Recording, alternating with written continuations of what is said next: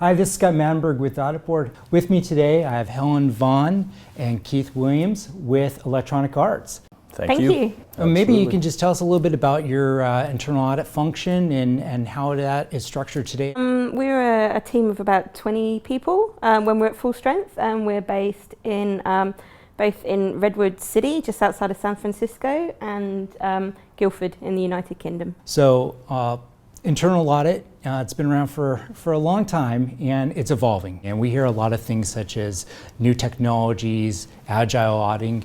What are some of the opportunities that you see? I think we as a company, Electronic Arts, we face a lot of the same challenges as companies in Silicon Valley, in the sense that we're a digital company, but we are transitioning. Historically, we've been a packaged goods company, and we're transitioning over to digital in a lot of different business models. And so for the audit group, that presents a lot of challenges, because we're kind of dyed in the wool in the sense of we knew how to do packaged goods. And now in the transition to digital, there are certain things that are pretty straightforward. But as the business continues to look into different business models, the challenge for us is, how do we cover all our bets? How do we make sure that the people who are with the team right now get the training and the skill sets they need to address those challenges? But then also, as we continue, because I think audit groups traditionally have a regular degree of attrition, right? And so you're generally bringing people in on a regular basis. And so then what are the new skill sets you're looking for? Is it data analytics? But then you're going to have the traditional skill sets in audit that you always need, right? You need the communication skills. You need to be able to partner up with the business and understand what's going on in the business. And so it's some of the traditional skill sets, but absolutely there's a pivot around data analytics and trying to keep up with the technology. How are you getting the business involved to maybe supplement or assist with some of that training and development from your audit team? I mean, one of the things we operate is a guest auditor program. So we really encourage people from around the business to partner with us, or maybe participate on an audit to learn more about what we do, but also so that we can leverage their skills. I mean, obviously managing independence issues and things like that, but just making sure we are sharing knowledge and getting it from where we can. Yeah, and I think the other thing we have in the similar vein, we have secondments, we have rotations, things like that, where, you know, every part of the business consistently faces challenge of somebody going on long-term leave or paternity or maternity, things like that. But that's an opportunity. That's 2 or 3 months where you can embed somebody with a different part of the business and bring that back to us. And conversely the same. We have the same challenges. We'd love to bring in those skill sets and grow our team. So. And I know you're mentioning about some of the challenges, and you just mentioned about an opportunity. What are some of the opportunities coming with the change of technology and the change in the way we're doing the audits? Historically, and I've been at this for about 7 years now, I think we spend a lot of time teeing up the information, teeing up the data, understanding the background. But as we come to a point where we can wrangle the data and tee it up quicker, then our team can spend more time at the value add part of actually understanding it, understanding the trends, and talking to the business. Because at the end of the day, I don't want them spending 70% of their time preparing everything. That should be the easy part in today's day and age. The hard part is always going to be having that relationship with the business. And there are so many different facets to the business, the traditional finance, controllership, all that type of stuff. But then the studios and the tech and the internal and the client facing, we expect and we need everybody on our team to have some sort of relationship with a different part of the business to cover our bases. A lot of times, as many of us know, through the years, internal audits, well, it used to be thought you're just being counters, but we've become more. We're very knowledgeable, as you said, throughout the business. How do you guys try to work that at EA with demonstrating that value of internal audit? We don't approach the situation like we're the policeman at all. We always go in with a kind of collaborative mindset, like tell us where we can help you, or what challenges are you facing, or what is there something we could look at that you would be able to leverage when you go back to, you know, when this audit is over.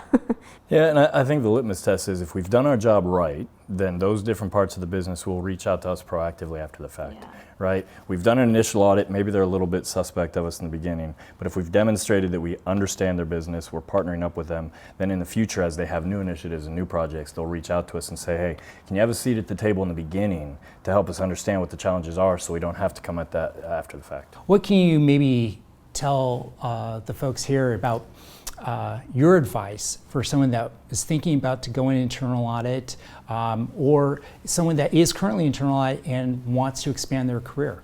for me, I sort of had a non-traditional route into audit. I actually started at EA in a supply chain and operations.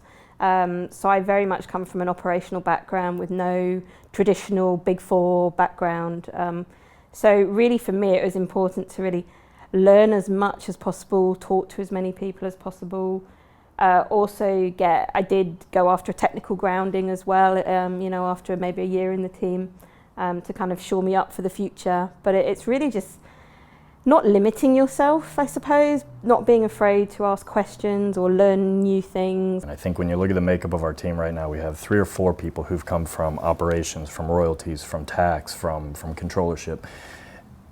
Whether they're mid-career, beginning, or end, one of the things I evangelize to the other parts of the business is in the arc of your career, this is a stop you have to make, because it's going to give you a visibility into the business that you will not get anywhere else. Yeah, and I can think for as many people as we have on our team that have come from other teams, when you look out in controllership and into some of the upper echelons of the leadership, they've all had a stop within our group.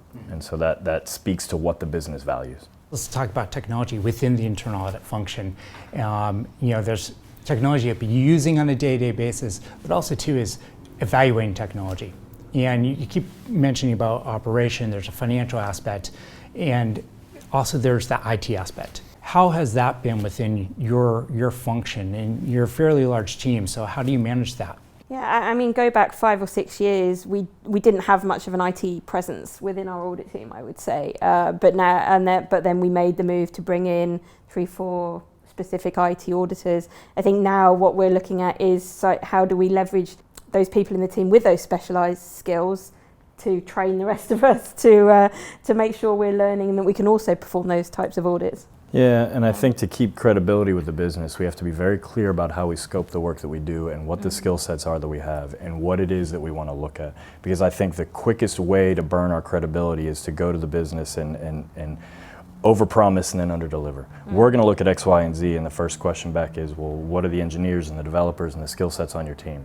And so we have to be aware of what are the skill sets we have, what are the skill sets that maybe we need to bring in from the outside, and what are the things that maybe we step back from and are the domain of another part of the business to ensure that we backstop the process and the control aspect of it, but maybe not the technical aspect of it. And being a global audit function, you have here in the US, you have in the UK. How does that work for managing that large team?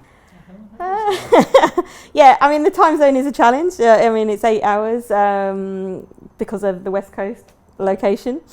But we do our best by having regular team meetings, by communicating on instant messaging, Slack, Skype. And I think our team faces the same challenges that we see in the broader business, because we have a distributed business model, not only for audit but for the studios, for the legal entities. And so a lot of times when we go into the business, and one of the things we look at is their operating model. Well, you're a studio in Vancouver that collaborates with our Hyderabad office, with our Stockholm office, and how do you coordinate that deliverable? Oh, and by the way, you have third-party vendors that you're also trying to bake into the process. Now we also have a headcount over in Hyderabad, and that's a completely different time zone. And technology is great, and it facilitates that process. But I think at the end of the day, and the business will say the same, you have to invest the time to have the face time, to have a personal presence. We do our best to constantly have people rotating back and forth amongst the offices, especially with the new hires. If you don't make that investment of time, no matter how great the technology is, I don't think you're going to have that fluidity. Well, Keith. Absolutely. Helen. Thank you. Thank you so much. And thank you for joining us for another session of Audit Talk.